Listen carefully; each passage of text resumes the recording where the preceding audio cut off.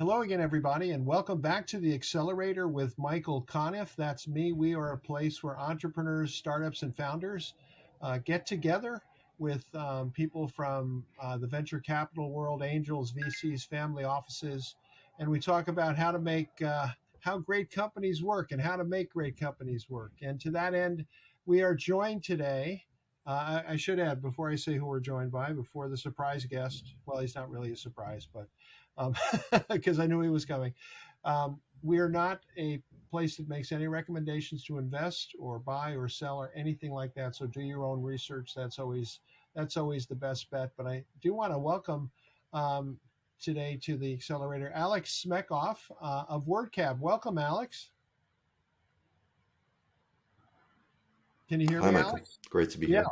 Welcome to you. And I want to point out you were referred to me. I was referred to you by an angel investor in New York named Francis Santora, who I'm actually working with at Startup VC as entrepreneur in residence. He's a very smart guy. I'm beginning to think we have the same taste. So he likes you a lot.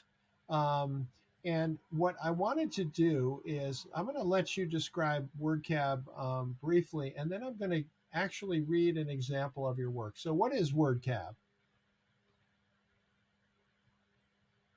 So, in a nutshell, Wordcab is an API as a service, and that takes any raw audio file, such as an MP3 or M4A, or a text transcript, and transforms it into a human sounding summary. Now, that sounds a little bit vague, human sounding, so I will let you read the generated summary just so people can get a sense of what that sounds like. Yeah, and just maybe to put it in my words, what I would say is that I would point out that given that we live in a world of Zoom and all kinds of transcripts being generated that were not generated before. I mean, I think this volume is really new, and you have a tool that allows people to deal with that and not without human intervention. That's the key thing. There's not somebody doing this. So you said to me, Aleks, that the best way to prove this, the best way to show this was to do a WordCap transcript of a WordCap summary, I should say, of our last meeting. So I'm going to read from that. I'm going to read the short version. There's also a longer version, so there's actually a lot of detail here. So here is what it sounds like. This was our last meeting. Aleks says they raised 400K from the syndicate. Michael and Aleks discuss the AI models they've taught for the data set. Michael and Aleks overview the education and healthcare space. Aleks notes that investors get a 20% discount on the next round. Aleks says they're a customer of Sonic, excellent for foreign language transcription. Aleks mentions that conversation intelligence will become the buzzword in 1 to 2 years. Now, I want to, that's about half of it. But I want to hold it there because what's really interesting to me about this, about WordCap, is had I been a journalist writing an article as I used to do in my youth, I probably would have led with the conversational intelligence concept. And why it's interesting in the summary is that came right at the end of our conversation. And here it is in the summary, basically right at the beginning. So how do you do that? That's almost like magic to me.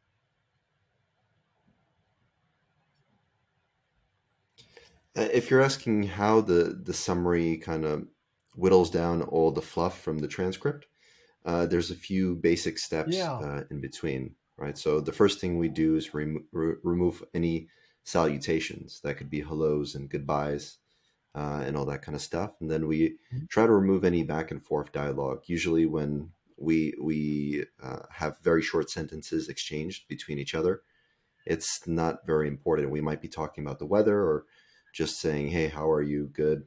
Who else is joining? Oh, so and so. So it might not be very, very important. But when we have longer utterances, like I'm speaking right now, that might be more important. And that's what we kind of look at. Right. And So after we remove that kind of fluff, go ahead. I was going to ask, are we going to do a WordCab summary of this podcast? That's we can put that on our Substack account if you'd like. Yeah, sure. So this is being recorded, right? So Yes, you're being if you give me recorded. the MP3 file, It will Yeah, produce a if you give me the transcript. MP3 Yes, that's file, right. Okay, right? that sounds great. So I guess I forgive me for interrupting you. So but you actually get rid of stuff kind of automatically based on length and the notion that it's just kind of not important. And is that based on any research? Is that based on a hunch? Is that based on academic stuff? How do you come to that conclusion? Well, it's kind of funny. It doesn't come from like the root of WordCab's logic doesn't come from any technical know-how. It's really my experience in copywriting and journalism, Hmm. right? For about 5 years of my writing career, I was writing newsletters and article summaries for consultancies such as the Boston Consulting Group. So, I've written summaries for years. I understand how they're structured, what makes a good summary, and I've applied that logic to how we construct our examples, which we use to train our summary models. Right. So all those rules that I've gathered over the years, kind of intuitively knew. I put them down and created a data set specifically geared towards summarizing messy conversations. So you're a Right. writer, but you're also a coder. You're also somebody who can actually put Right. it Right. into software. So that's very interesting. So let's talk a little bit about your background because you really are a storyteller originally, right? Copywriter. And what other things did you write as a younger person? Anything from content writing, blogs, copy for social media, anything you can think of. As you might understand, when you're a young writer, you're trying to get any kind of job you can. Yes, I know So that. you I know take that on a book. myriad of different job types, right? Yeah. So So I've written everything from. Yeah, go ahead. you go ahead. I'm sorry. Go ahead. No worries. I was just going to say I've written everything from copy about I don't know, Batman candles, um, Hello Kitty hoodies. When I was much younger, to more serious journalism pieces, investigative journalism pieces, anything I could get my hands on. Okay, so when did you get the idea for WordCab? How long ago? Around the end of 2020, I started experimenting with article summarization. Hmm. I've been by that point I've been playing with large summary models, large language models in general, for a few years, and I wanted to automate what I used to do, which is write summaries for articles. So, Sounds so good. you had this idea. You've had this idea. Was this a pre-pandemic idea? Sounds like it was. No, it sounds like a Actually, post-pandemic idea. it, yeah, it was post pandemic. I figured this would be a good way to summarize articles for people who don't want to read that much on the go. And then I quickly switched to conversations, right? So um, internal meetings, sales calls, customer support calls, because I figured, okay, not many people are trying to do this. There's not that much public data available to train these types of summary models. And it seems like a much more pressing problem because unlike an article, which is structured, well written for the most part, human conversation is messy. It's all over the place. There's a lot of disfluencies, like ers and ums and all that kind of stuff. That we go on tangents, right? Like I just went on a tangent mid sentence, so it's very messy to summarize that. And I like the idea of the challenge, and I thought it was much more pragmatic than summarizing articles.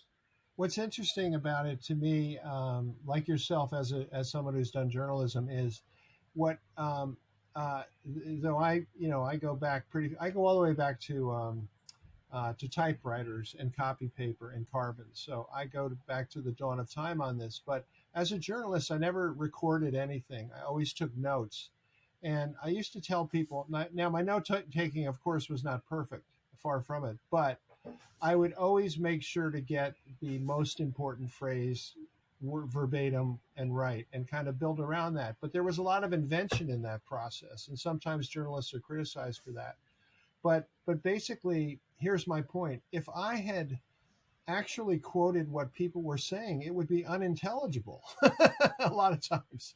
Um, journalists have gone to this very heavy interview format, and but they're editing those transcripts. I mean, I think they're editing almost in every cases. So you produce a summary that, like the one we just read from, Aleks, and I would say it's not perfect. So it's very useful, not perfect because it'd be very hard to make it perfect, but it was able to figure out the most important thing you said and put it up front, and it kind of did some, almost like some editing on the fly to prioritize things. So how much of that and this impulse came out of the Zoom world? In other words, in the pandemic, Zoom just became prevalent. How much a part of your business plan and your thinking were video transcripts, specifically Zoom being the leading one?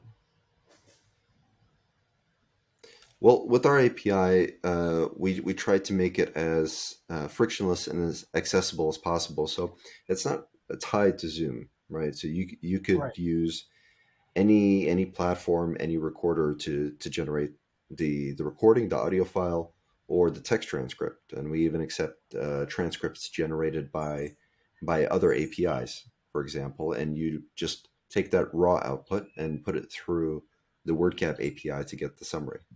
So it's not exactly tied to Zoom, but I think what you said is relevant in that this is a very remote meeting tied product, or a product tied to the post-pandemic world. Hmm. But when I was starting this, I wasn't really thinking about it because I've been working remotely most of my life, right? So it was pretty natural to do online meetings years before it became normal. So it didn't seem strange or opportunistic when I started it. It just felt like a natural extension of what I was already doing. So the need was there anyway, but maybe Zoom has now put the need on steroids to create summaries. So, what is conversational intelligence? Let's go back to where we started here. You've Is it a new category that you feel you've created? Is it something that is people are talking about now? What is it, and how big is the opportunity?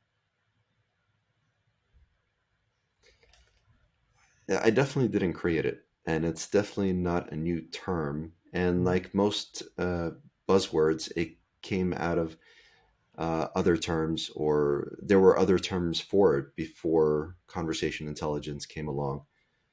For a while, it was detecting intents and call drivers, or detecting action items in calls, or figuring out the percentage of how much someone spoke. Right, that was considered conversation intelligence, and it still is. But there's more advanced features that fall under the conversation intelligence umbrella, such as summarization, uh, and other interesting features like sentiment and emotion analysis, Hmm. and other things.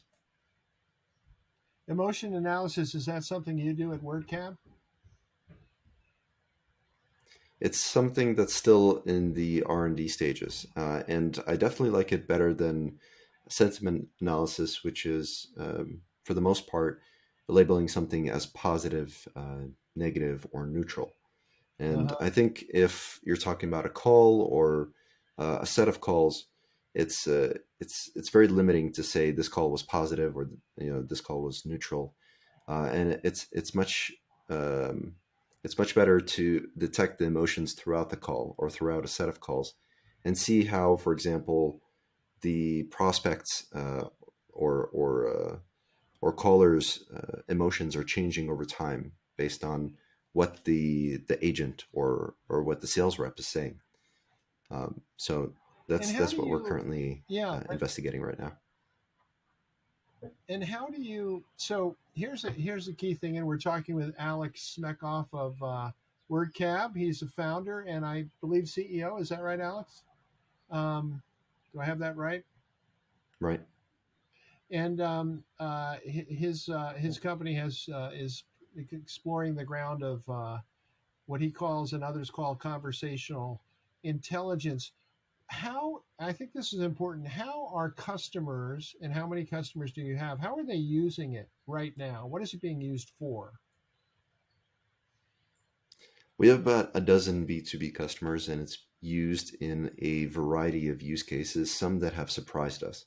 The two main ones are for sales calls and customer support calls. And there's actually an overlapping use case for those two verticals, and that's supervisors or sales managers who are doing quality assurance or training, and they have to look at maybe a week's worth of calls and see in which of those calls did the rep say something they shouldn't have, or which of those calls went well, and then follow up with that rep, or just note down that this is that rep's performance. So this is very difficult to do if you aren't a part of the call, and if you have to go through the entire audio file, skipping through trying to figure out what happened, or reading through the transcript. Right? It's a long and messy process, and summarization, I think, is perfect for that, because you get a quick overview of what happened. You can quickly hone in on a part of the call that you want to know about more, and you could do this for a dozen calls, maybe in like 5 to 10 minutes, just by reading a quick summary of each. And what are some of the unexpected uses that people are putting WordCab to? So, not so unexpected, but it wasn't meant for internal meetings, but it is being used for internal meetings, podcasts as well, and even live audio like Twitter Spaces Mm. and Clubhouse talks. So So producing I a thought that was producing pretty a interesting. It actually works better. Yeah, go Go ahead. ahead. I'm sorry. Forgive me. My bad. You go ahead. No worries. I was just going to say it works even better for those types of talks and podcasts, because the quality is inherently better than telephony. Yeah. So the transcript comes out clearer. How do you price your service, and how many customers do you have so far? It's a mhm. It's a dozen customers, and we price it based on consumption, right? So if you do a certain volume of requests per month, it goes as low as 1 cent per summary generated, and that's regardless of the length of the input transcript, right? Mm. So if you're inputting a text transcript and it's an hour long or 2 hours long, it's always going to be 1 cent to generate that summary, and people really like that pricing. Now it's a bit different if you input an audio file, because that audio is transcribed first, so there's that ASR component, and then that transcript is summarized. So there's additional costs to that. But for the most part, maybe 95 to 97% of our requests are from customers who already generate Mm. And their transcripts, and they just feed that text in to the WordCab API. yeah, I would probably fit into that category. So, and as a podcaster, so you have 8 people working in the company. How are they? How are you dividing and conquering in terms of what those people do? So my co-founder and I, we're focused on the technical aspects, building out the infrastructure, Mm. training the AI models, as well as the sales motion. Right, it's a founder-led sales motion, where getting on demos, speaking to prospects and customers. Then we have people working on the UI, UX, of course, people helping us write the data set, right? Because that's a very important component of our product, creating these data sets to train the AI models on, as well as a few people in R&D, right? So doing research on the future features that you will see in WordCap. Like I And mentioned, emotion analysis. yeah, yeah, you've still got a lot of work to do. And are you you've raised about $400,000? Is that right? So we raised 100,000 from the launch accelerator, That was kind of a pre-seed back in November 2021. That's And we're Jason currently Jason raising, Calcanis's right. and it's a syndicate, right? It's the launch syndicate, so it goes out to his angel So list. initially it was the accelerator, right? So we went through the Oh, accelerator okay. program, and they give you the 100K. It was similar to Y Combinator at the time before they raised their investment to 500K. And then maybe about a month ago, we started raising our seed through Jason's syndicate called thesyndicate.com. And yeah, so far we've raised around 400K and still raising. And as part of the launch accelerator, um, for the 100,000, did they take an equity stake? Did they take options, warrants? How did that work? It was a convertible note, and they take 6%. 6%. Okay. So, and I think Y Combinator is at 7%. Is that right? Unless it's gone higher, something in that range, I believe. So Right. this has been very helpful for you. And do you, as a next step, which would I guess be a seed round or an A round? Which one would it be? Your next raise? After this current seed, it would be a Series A, You which go from we're seed to planning A. to do, yeah, seed to A, uh, planning to do it next year, and end of second quarter 2023. If the market conditions are still chaotic, then we might push that out, another 6 to 12 months after that, right? So it could be up to 2 years until our Series A. But currently, our focus is on getting sales and becoming as lean as possible. Yeah. We'd like to operate at almost zero cost, and still be generating some progress with the product. Worst comes to worst. Yeah, well, that is. W- w- did the economic disruption that we're in at the moment, did that change your thinking? Would you have done things differently before we saw the drop in the market? Not so much, not really. I've always bootstrapped whatever projects that I've went after, so that's kind of in my blood. My co-founder as well, he bootstrapped a company to seven figures ARR and then sold it. So we're okay going as lean as possible and not relying on VC money just to survive. And who is your co-founder, and what's his background or her background? Federico Nitidi. He's based in Milan, Italy, and I would just call him a serial entrepreneur. His background is the Boston Consulting Group.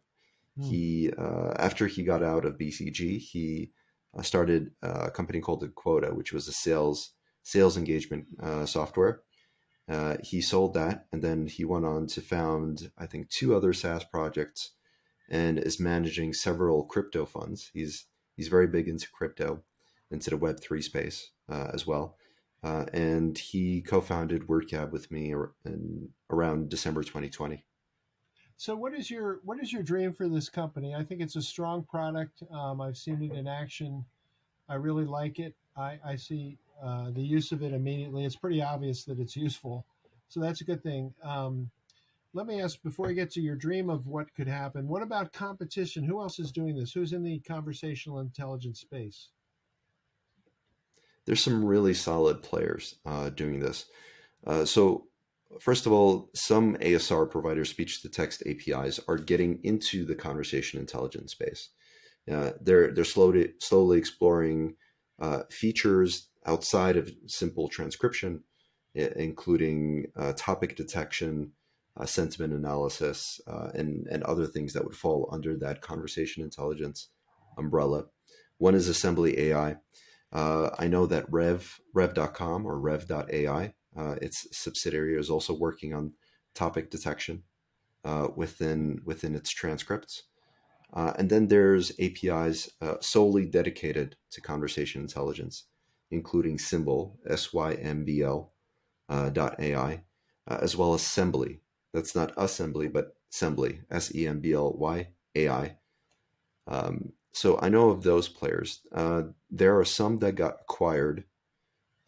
Actually, one of our former advisors sold a startup to Avaya, which was doing conversation intelligence. There was also something called Deep Affects, which did similar things to what we do and what Symbol does now, but they got sold to a contact center as a service software called Ring Central back in 2019. And Ring Central integrated abstractive summaries around 2022 quarter one, I think. Right, so they're just integrating that feature. So the space isn't too big, right? Like what I mentioned makes up like the bulk of the conversation intelligence APIs that feature summarization or that have some form of summarization. Do you worry that your summaries could be misused? And here's what I mean specifically. I'm thinking in any kind of litigation where they're let me phrase it this way. To me, they're very useful, very helpful, but they're not 100% accurate. So it seems to me that in the wrong hands, like in a lawyer's hands trying to win a case, it could be kind of contwisted or contorted in a way that could be very harmful. Is that what keeps you up at night, or does anything keep you up at night about this company? Yeah, definitely. And I mean, it's why we're not going after law firms or even healthcare, right? Great answer. We're not going after our HIPAA certification just yet. Um, our primary focus is on getting things as accurate and as readable as possible. Hmm. We want a summary that's pleasant to read, but doesn't hallucinate text outside of the context of the call or the meeting or whatever audio that you're feeding it. And that's really been our primary focus, trying to only take the vocabulary that's located in the transcript or audio and nothing outside it. And that way, at least if something does mess up on the rare occasion that it does, it messes up something within the context of the meeting and doesn't make up text outside of it, What which would be very dangerous. what would be the ideal outcome for you, for your company, for you and your co-founder and your workers? What would it be a quick exit? Would it be building this company out? How do you feel about that? We'd like to go as far as we can before selling or going public or anything like that. And really, this comes from the motivation of building the world summarization layer. It really doesn't make any sense that people are still going back and reading transcripts. It's such a painful thing to do, and it's at this point it's avoidable, right? The technology is there. We just have to work on it. But yeah, it really doesn't. I never want to read a text transcript from top to bottom ever again. And I've done that a lot, Yeah, while doing journalism, probably while more doing than interviews. anybody, right? Yeah, probably more than anybody in the Right. world. It sounds like.